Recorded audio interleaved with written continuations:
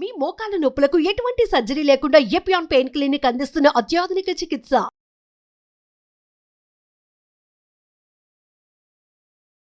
నమస్కారం, నా పేరు డాక్టర్ షగుఫ్తా. నేను న్యాచురోపతి డాక్టర్ని.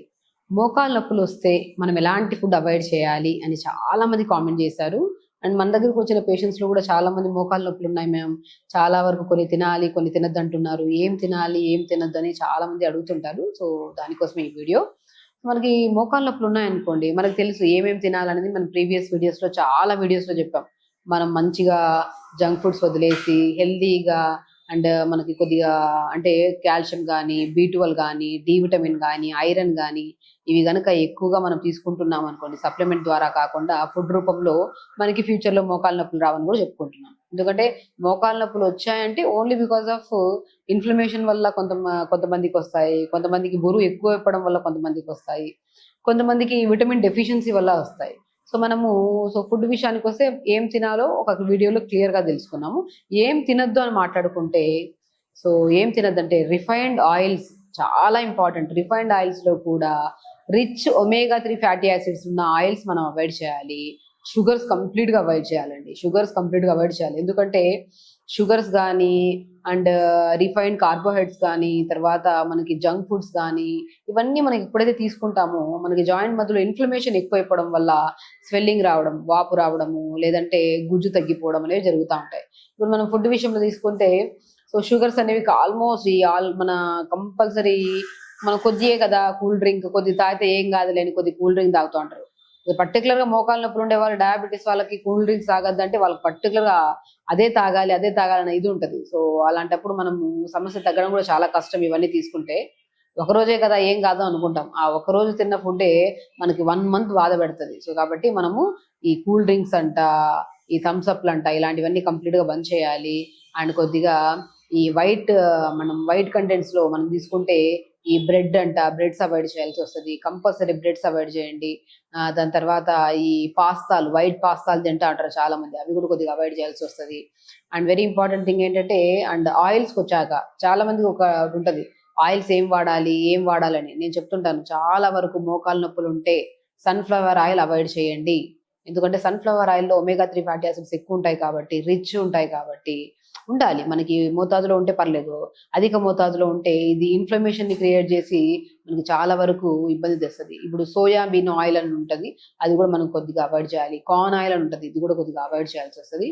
సో మనకు బేసికలీ బాగా యూజ్ చేసేది మనం కామన్గా సన్ఫ్లవర్ ఆయిల్ యూజ్ చేస్తాం, అది కూడా రిఫైన్డ్ సన్ఫ్లవర్ ఆయిల్స్ యూజ్ చేస్తుంటాం. సో అది అవాయిడ్ చేసి మనం కంపల్సరీ, చాలా మంది ఈ మధ్యకాలంలో మోకాలు నొప్పులు అధికంగా ఉన్నాయంటే వాళ్ళ ఇంట్లో కంపల్సరీ వంటల్లో 80 to 90% మనం గమనిస్తే రిఫైన్డ్ సన్ఫ్లవర్ ఆయిల్స్ యూజ్ చేస్తుంటారు. అది కొద్దిగా అవాయిడ్ చేయండి. దానివల్ల బాగా ఇన్ఫ్లమేషన్స్ వస్తుంటాయి, దానివల్ల జాయింట్ పెయిన్స్ రావడము, లేదంటే మనకి మోకాళ్ళ దగ్గర చాలా ఒక రకమైన నొప్పి, బలహీనత, హెవీనెస్ అనిపిస్తూ ఉంటుంది మనకి. సో మనం ఆయిల్లో చాలా జాగ్రత్తలు తీసుకోవాలి. అండ్ షుగర్స్ ఎలాగో కంప్లీట్గా అవాయిడ్ చేయాలి. కొంతమందికి మగవాళ్ళలో కూడా మోకాళ్ళ నొప్పులు అధికంగా అయిపోయాయి. ఆడవాళ్ళలో మోకాళ్ళ నొప్పులు అనేది కామన్ గా చూస్తూ ఉంటాం మనం. ఎందుకంటే బరువు పెరిగిపోతుంటారు, డెలివరీస్ అవ్వడం వల్ల వాళ్ళ బాడీలో nutritional deficiencies, pre menopausal symptoms అంటే మనకి మన ప్రీ మెనోపాజల్స్ అంటే మనకి పీరియడ్స్ ఆగిపోతుంటాయి కదా ఒక ఏజ్ వచ్చిన తర్వాత, ఆ ప్రీ మెనోపాజల్ సిమ్టమ్స్ లో కూడా మనం చాలా వరకు గమనిస్తే ఈ మోకాళ్ళ నొప్పులు అధికంగా ఉంటాయి. సో ఇవన్నీ కామన్ గా ఆడవాళ్ళలో ఉంటాయి. వీళ్ళలో కాల్షియం డెఫిషియన్సీ ఉంటుంది ఆడవాళ్ళలో, కొన్ని కేసెస్లో ఐరన్ డెఫిషియన్సీస్ ఉంటాయి, కొంతమందిలో B12 డెఫిషియన్సీ ఉంటుంది. వీటి వల్ల మనకి మోకాళ్ళ నొప్పులు అనేవి కామన్గా వస్తూ ఉంటాయి. సో మనకి అసలు మనం ఎలాగో ఆ డెఫిషియన్సీస్ని మనం ఫుడ్ ద్వారా కవర్ చేసుకుంటున్నాము. సో అయినా మనకి ఆ పెయిన్ తగ్గట్లేదు, మీరు చెప్పినట్టే మేము ఫుడ్స్ ఫాలో అవుతున్నాము, సప్లిమెంట్స్ తీసుకుంటున్నాము, రకరకాల ఆయిల్స్ అప్లై చేస్తున్నాము, మోకాళ్ళ నొప్పులు పోవట్లేదు అని కొంతమంది చేస్తుంటారు. కానీ యూజ్ చేసే ఆయిల్ మనం తక్కువ మోతాదులో యూజ్ చేసిన ఈ రిఫైన్డ్ ఆయిల్స్ యూజ్ చేయడం వల్ల చాలా వరకు మనకి ఎక్కువగా ఇన్ఫ్లమేషన్స్ ఎక్కువైపోయి పెయిన్స్ రావడానికి కారణం అవుతుంటాయి.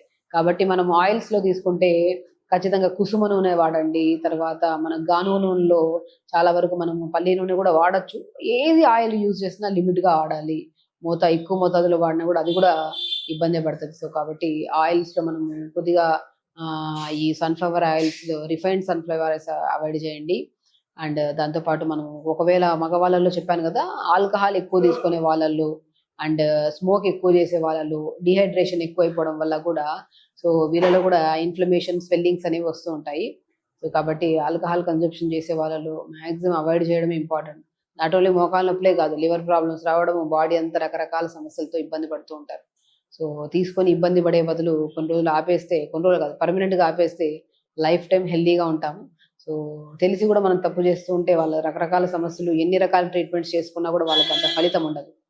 కాబట్టి మనం మోకాళ్ళ నొప్పులు రావడానికి కారణం ఏంటి, అండ్ వస్తే మనం ఎలాంటి ఫుడ్ తీసుకోవాలి, అండ్ ఎలాంటి ఫుడ్ తీసుకుంటే మోకాళ్ళ నొప్పులు రావద్దని గురించి మనం క్లుప్తంగా తెలుసుకున్నాం. ఎందుకంటే రావడానికి మోకాళ్ళ నొప్పులు మెయిన్ కారణం ఒకటి ఇన్ఫ్లమేషన్ ఎక్కువైపోవడం వల్ల refined foods, refined oils use చేయడం, తర్వాత ప్రాసెస్డ్ ఫుడ్స్ తీసుకోవడము, and main important B12 deficiency కానీ, డి విటమిన్ డెఫిషియన్సీ కానీ, ఐరన్ డెఫిషియన్సీ కానీ. సో ఈ డెఫిషియన్సీస్ వల్ల, కాల్షియం డెఫిషియన్సీస్ వల్ల మనకి మోకాళ్ళ నొప్పులు వస్తాయి. వాటిని ఫుడ్ ద్వారా మనం కాల్షియం తక్కువైతే నువ్వులు తీసుకోండి, అండ్ ఫ్లాక్స్ సీడ్స్ కూడా ఒక మోతాదులో ఒక జస్ట్ పర్ డే 1.5 స్పూన్ లాగా మనం కూరల్లో చల్లుకొని తీసుకోవచ్చు. అది కూడా చాలా మంచిది మోకాళ్ళ నొప్పులకి. మహాబీర విత్తనాలు కూడా చాలా అద్భుతంగా పనిచేస్తాయి. అండ్ మనము వెజిటబుల్స్లోకి వస్తే మునక్కాడల్లో కూడా మోర్ కాల్షియం ఉంటుంది, విటమిన్స్ మంచిగా ఉంటాయి. ఇవి కూడా మోకాళ్ళ నొప్పులు రాకుండా కూడా కాపాడతాయి. సో ఇలాంటి ఫుడ్స్ తీసుకొని, అండ్ ఒకవేళ వచ్చిన వాళ్ళు మనం ఈ ఫుడ్స్ తీసుకుంటున్నాం కానీ మనకు మోకాళ్ళ నొప్పులు తగ్గట్లేదు, కారణం ఏంటంటే ఏదైతే తీసుకుంటున్నామో దానికి సమానంగా ఏదైతే తీసుకోకూడదు కూడా అవి సేమ్ ఫుడ్ తీసుకుంటుంటారు. కాబట్టి సో తీసుకోకుండా ఉండాల్సిన దాని గురించి కూడా మనం క్లుప్తంగా తెలుసుకున్నాం. ఏంటి, రిఫైన్డ్ ఆయిల్స్ ఒకటి, అండ్ ప్రాసెస్డ్ ఫుడ్స్ ఒకటి, అండ్ రిఫైన్డ్ కార్బోహైడ్రేట్స్ ఒకటి మనం అవాయిడ్ చేయాలి. ఈ పెప్సీలు, థమ్స్అప్లు, కూల్ డ్రింక్స్లు అది ఆల్మోస్ట్ అది హెల్దీ కాదు అనుకుంటే అది ఆపేయడం వల్ల మోకాళ్ళ నొప్పులే కాదు రకరకాల సమస్యలు శరీరంలో రాకుండా మనం జాగ్రత్త పడవచ్చు. సో కాబట్టి మనం మోకాళ్ళ నొప్పులు ఉంటే నేను ఒక మెరాకిల్ ఆయిల్ కూడా చెప్పాను మీకు ఒక వీడియోలో. సో కొద్ది నువ్వుల నూనెలో వాము పువ్వు, పుదీనా పువ్వు 2 కలిపి మోకాళ్ళ దగ్గర మంచిగా మసాజ్ చేసుకోండి, మోకాళ్ళ నొప్పులు బాగా తగ్గుతాయని. సో కాబట్టి మోకాళ్ళ నొప్పులు ఉన్నాయని బాధపడే బదులు, ఉన్నదానికి మనం టాబ్లెట్స్ వేసి కిడ్నీ ప్రాబ్లమ్స్ తెచ్చుకునే బదులు టాబ్లెట్స్ జోలికి వెళ్లకుండా ఎందుకు వచ్చాయో రీజన్ తెలుసు, ఆ రీజన్ ద్వారా మనం ఫుడ్లో ఎలాంటివి తీసుకోవాలో తెలుసు, ఒకవేళ ఏం అవాయిడ్ చేయాలో కూడా తెలుసుకున్నాం. కాబట్టి ఇవి చేసుకొని ఈ మెరాకిల్ ఆయిల్ అప్లై చేసుకుంటే మనకి మోకాళ్ళ నొప్పులు రావు, హెల్దీగా ఉంటాం, హ్యాపీగా ఉంటాం. ఖచ్చితంగా చేయండి, హెల్దీగా ఉండి హ్యాపీగా. నమస్కారం.